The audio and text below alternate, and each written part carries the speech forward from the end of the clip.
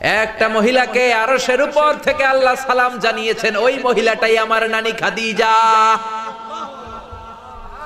বিশ্বনবী খাদিজার এত ভালোবাসতেন, বিশ্বনবী বলতেন, আল্লাহ কিয়ামতের দিন যখন কেউ কাউরে চিনবে না, ওই কঠিন দিনে আমি যেন আমার প্রাণের খাদিজারে ভুলে না যাই। খাদিজা ইন্তেকালের পরে বিশ্বনবী নিজ হাতে দাফন কাফন করলেন, কবরের সামনে দাঁড়িয়ে দোয়া করলেন। দোয়ার পরে সব সাহাবীরা ঘরে ফিরে যায়। আবু বকর বললেন, নবী চলেন ঘরে ফিরে যাই, দাফন শেষ, কাফন শেষ, দোয়াও শেষ। বিশ্বনবী বললেন, না আবু বকর, আমি যাব না, তুমি যাও, আমি কবরের সামনে দাঁড়িয়ে থাকবো। যেই মহিলাটাকে এই কবরের মধ্যে আমি শোয়ালাম রে আবু বকর, এই মহিলাটা সাধারণ কোন মহিলা নয়, আমার বিপদের দিনের সঙ্গিনী খাদিজা। মক্কায় এই মহিলাটাই আমার হাতে প্রথমে কালিমা পড়ে ইসলাম ধর্ম গ্রহণ করেছে।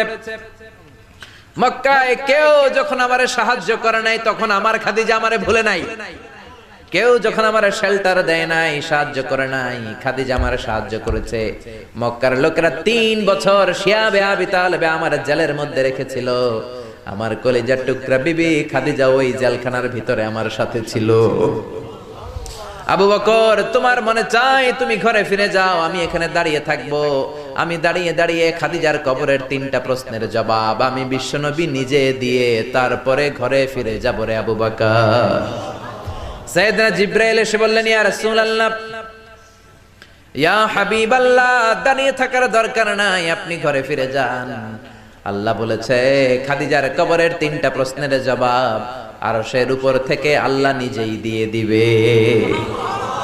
ও নানা, কই আপনার নানি বাররা, কই আমার নানি খাদিজা?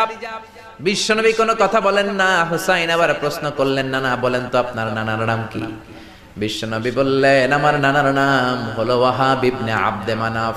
হুসাইন বলে, নানা আপনার নানা ওয়াহাব রে কে চিনে? কেউ চিনে না আপনার নানারে। আর আমার নানারে চিনে না এমন কোন মানুষ পৃথিবীতে নাই, ঠিক না? আমার নানার উপরে দুরূদ পড়ে না এমন কোন মানুষ পৃথিবীতে নাই। আমার নানার প্রশংসায় পঞ্চমুখ নয় এমন কোন মানুষ পৃথিবীতে নাই। আমার নানারে মাছে চিনে, গাছে চিনে, জিনেরা চিনে, ফেরেশতারা চিনে, পাখিরাও চিনে, ঠিক কি না? আমার নানা হাউজে কাউসারের মালিক, আমার নানা শাফাতের মালিক, আমার নানা